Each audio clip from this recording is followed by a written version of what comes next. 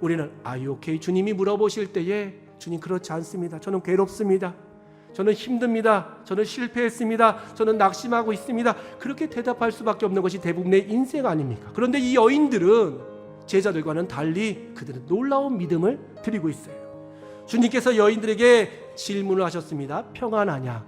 이 여인들은 어찌된 것인지 주님의 질문 가운데 대답을 하고 있지 않습니다. 9절 말씀 한번 읽어보도록 하겠습니다. 시작. 예수께서 그들을 만나 이르시되 평안하냐 하시거늘 여자들이 나아가 그 발을 붙잡고 경배하니. 아멘. 아니 주님께서 평안하냐 하면 yes 혹은 no라고 대답해야 되는데 이 여인들은 대답을 하고 있지 않습니다. 오히려 그 여자들이 뭘 했다고요? 주님의 질문 가운데 나아갔다, 그 발을 붙잡았다, 경배하였다라고 기록되어 있습니다. 하나씩 한번 살펴보도록 하겠습니다. 그 여자들이 먼저 나아갔다라고 표현하고 있어요. 주님이 평안하냐라고 물어봤는데 그 여인들은 주님 앞에 더욱더 한 걸음 한 걸음 나아갔다라고 기록되어 있습니다. 이 나아갔다는 표현은요, 접근했다라는 의미를 갖고 있어요. 멀리 떨어져 있는 거리를 좁히는 거예요. 주님 앞에 한 걸음 한 걸음 더 가까이 나가는 거예요. 그 부활하신 예수님 얼마나 두렵습니까? 예수님 몸에는 광채가 나고 있어요. 잘못 생각하면 귀신처럼 혹은 다른 영처럼 느껴지지 않겠습니까? 다른 모습으로 딱 앞에 서 계시는데 그분이 예수님인지 내가 섬겼던 그 주님인지 어떻게 확신해요? 그런데 불구하고 이 여인들의 마음에는 확신이 있다고 해요.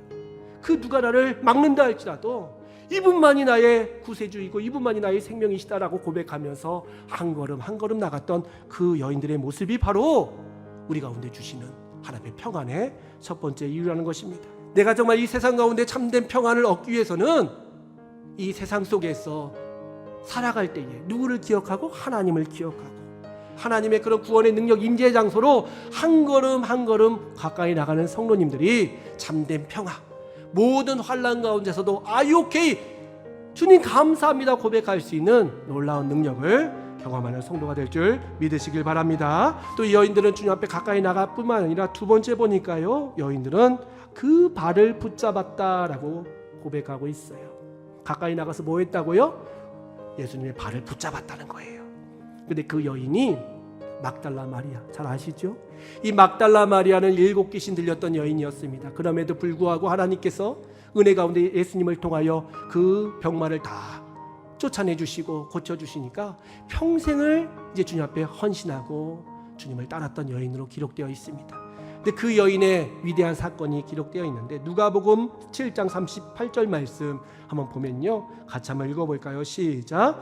예수의 뒤로 그 발 곁에 서서 울며 눈물로 그 발을 적시고 자기 머리털로 발을 닦고 그 발에 입 맞추고 향유를 부으니. 그 자신의 모든 질병과 병마를 고쳐주신 예수님 앞에 향유옥합을 붓는 거예요.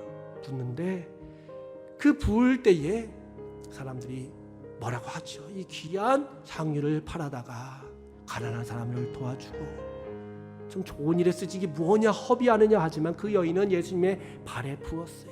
발에 부을 때 무엇을 위함이었는가? 바로 예수님의 장례, 장사를 위함이었다라고 기록되어 있습니다. 그 못에 찔리실 예수님의 발을 기억하면서 그 여인은 미리 예수님의 발에 향유를 부었던 것입니다. 그리고 나서 부활하신 예수님, 가장 먼저 보고 싶었던 부위가 발 아니겠습니까?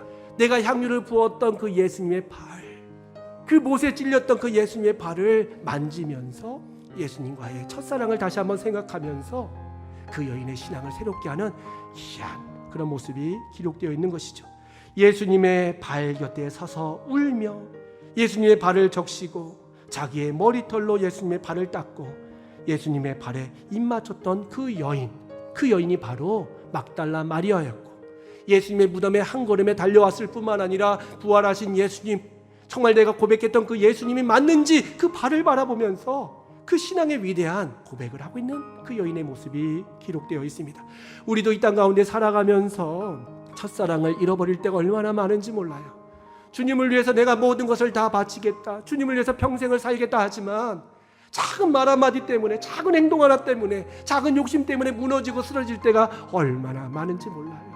근데 이 여인의 믿음이 왜 정금 같은 믿음인가?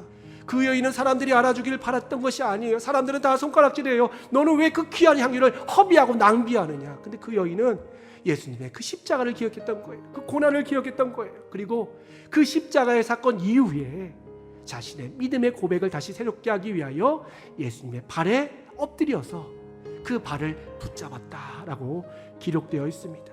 그리고 또한 그 여인들은 어떠한 믿음의 고백을 하고 있는가? 세 번째로 보니까요, 경배하니라고 기록되어 있어요. 경배하니. 이 경배하니라는 것은요, 예배한다라는 의미도 있지만 엎드린다, 경의를 표한다라는 말이 있어요. 이것은 내 삶을 다 쏟아놓는 것입니다. 사도 바울은 이런 고백을 하고 있습니다. 자기의 모든 삶이 맞춰진 그때에 이런 고백을 하고 있어요. 우리 같이 한번 읽어보겠습니다. 시작. 전제와 같이 내가 벌써 부어지고 나의 떠날 시각이 가까이 왔도다. 아멘.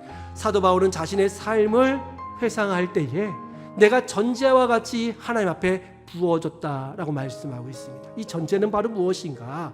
이것은 출애굽기 또 레위기에 나오는 말씀인데요, 이 전제는 바로 네셰크라는 제사법입니다.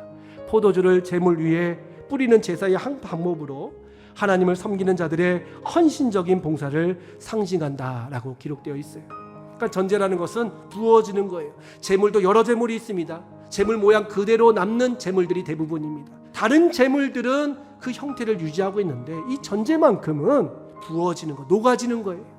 흡수되는 거예요. 그러니까 사도 바울은 자신의 삶을 가리켜서 전제와 같이 다른 여러 제사가 있습니다. 요제, 거제, 수많은 제사가 있지만 이 전제라는 표현을 쓴 것은 내가 주님 앞에 모든 것을 한 방울도 남김없이 다 부어졌다라는 고백을 하고 있습니다.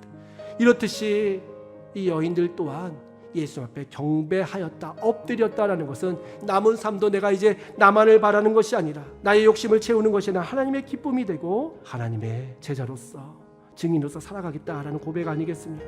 이렇듯 이러한 신앙 고백을 통하여 주님은 어떠한 축복을 주시는가? 주님을 의지하고 신뢰하는 자들, 주님으로부터 참된 평안을 구하는 자들에게 주님이 주시는 선물은 바로 만족과 안식과 기쁨인 것입니다. 사랑하는 성도 여러분, 내 마음이 왜 이렇게 불안하지? 요즘에 막 짜증이 올라오고 분노가 생기고 너무 조급하고 뭔가 가질 것은 다 가졌는데 누리고 있을 만한 것은 다 누리고 있는데도 불구하고 내 마음 가운데 참된 평화, 기쁨과 만족이 없다면 주님 물어보실 거예요. 너 지금 Are you okay? 괜찮냐? 주님, 저 지금 너무나 화가 나요. 주님, 너무나 괴로워요. 너무나 지금 답답해요 하는 성도님들이 계시다면 오늘 여인들의 믿음처럼 정말 주님을 다시 한번 찾고 주님 앞에 가까이 나가며 내가 드렸던 그 첫사랑의 흔적, 주님의 발을 붙잡고 주님 앞에 나의 삶을 전제와 같이 쏟을 수 있는 귀한 믿음을 통하여 하나님의 참된 평화, 흔들리지 않는, 요동치 않는, 심지가 견고하여서 평강 위에 평강으로 이끄시는 하나님의 도우심을 경험하는 우리 성도 여러분 다 되시기를 주님의 이름으로 축원합니다.